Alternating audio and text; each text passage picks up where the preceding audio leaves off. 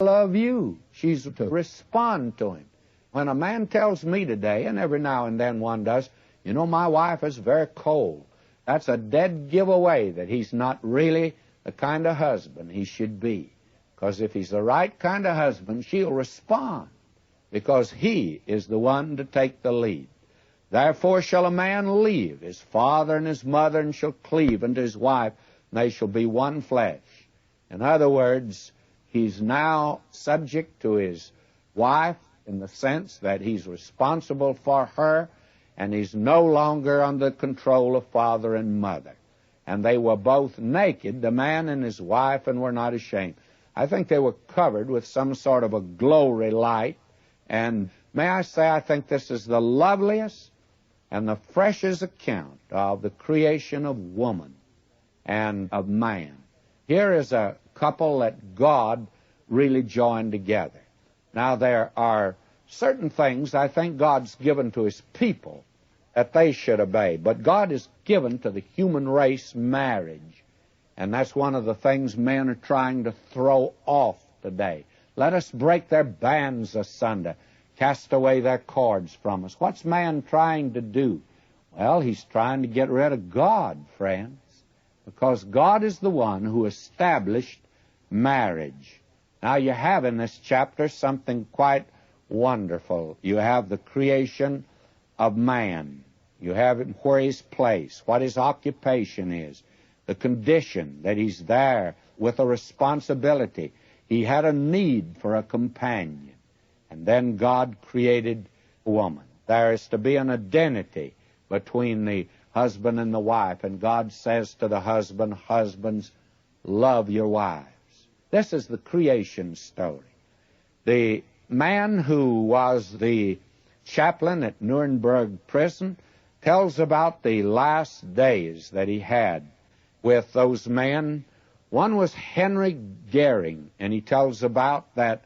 He says, the last evening, that evening around 8:30, I had a session with Goering, during which he made sport of the story of creation, ridiculed divine inspiration of the Scriptures, and made outright denial of certain Christian fundamentals. Less than 2 hours later, he committed suicide. May I say, one of the ways to get rid of this alarming suicide rate is to let men and women know they're a creature of God and they're responsible to their Creator. How important that is. We come today, friends, to the 3rd chapter, and before we get into that, I move rather rapidly through the last part of chapter 2, and we were looking at the creation of woman. That was indirect creation, for God took her out of man and to reveal the fact that she's part of man. And someone has put it like this: for woman is not undeveloped man, but diverse, not like to like, but like in difference. Yet in the long years, like her must they grow, till at the last she set herself to man like perfect music unto noble words, distinct in individualities, but like each other, even as those who love. And may I say that this is one of the most beautiful stories and the most beautiful record. And we've seen now in chapter 2 man's kinship with God, man's worship of God, man's fellowship with God, man's service for God, man's loyalty to God, man's authority from God, and man's social life from and for God. That is the great message of chapter 2. Now we come to what some consider the most important chapter of the Bible. It's conceded, I think, by all conservative expositors to be just that. Dr. Griffith Thomas called chapter 3 the pivot of the Bible. And if you doubt that, read chapters 1 and 2 of Genesis. Then omit chapter 3 and read chapters 4 and 11. And you'll find out that there's a tremendous vacuum that needs to be filled, that something happened. For instance, in Genesis 1 and 2, we find man in innocence. Everything is perfection, and there's fellowship between God and man. But the minute you begin in chapter 4 of Genesis and don't go any farther than chapter 11, this first section, you find jealousy and anger and murder and lying and wickedness and corruption and rebellion and judgment.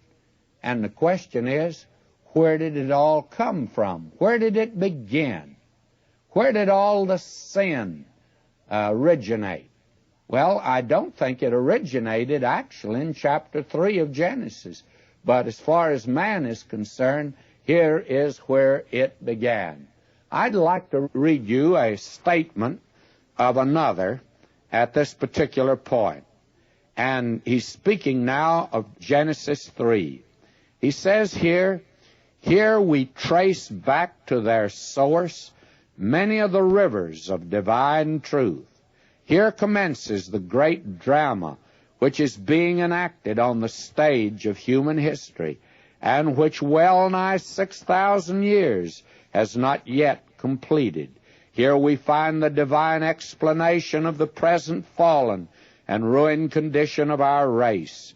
Here we learn of the subtle devices of our enemy, the devil. Here we behold the utter powerlessness of man to walk in the path of righteousness when divine grace is withheld from him. Here we discover the spiritual effects of sin, man seeking to flee from God. Here we discern the attitude of God toward the guilty sinner. Here we mark the universal tendency of human nature to cover its own moral shame by a device of man's own handiwork. Here we are taught of the gracious provision which God has made to meet our great need. Here begins that marvelous stream of prophecy which runs all through the Holy Scriptures. Here we learn that man cannot approach God except through a mediator. May I say, this is a tremendous statement, by the way. And we want to consider now chapter 3 more or less in depth. And we're spending a lot of time in these opening chapters because they are all important.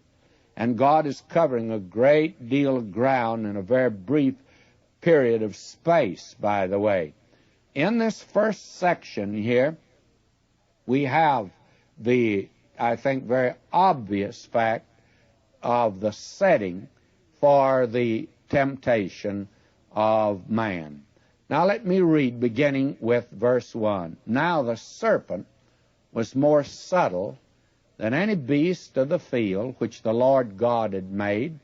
And he said unto the woman, Yea, hath God said, Ye shall not eat of every tree of the garden.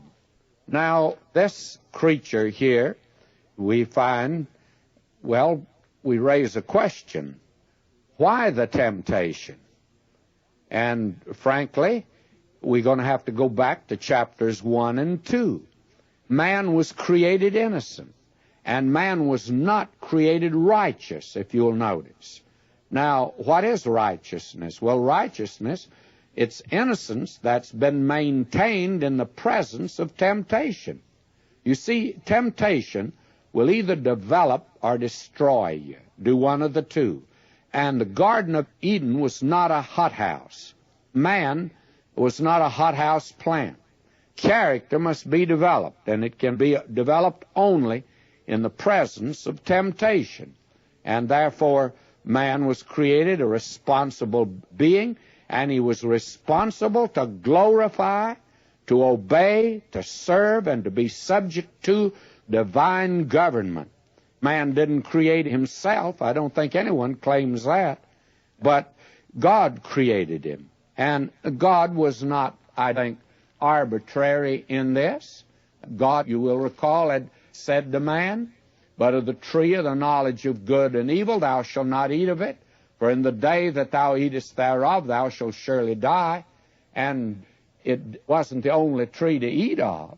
It would have been a very arbitrary statement if man would have starved to death if he hadn't eaten of the tree and then be told he'd die.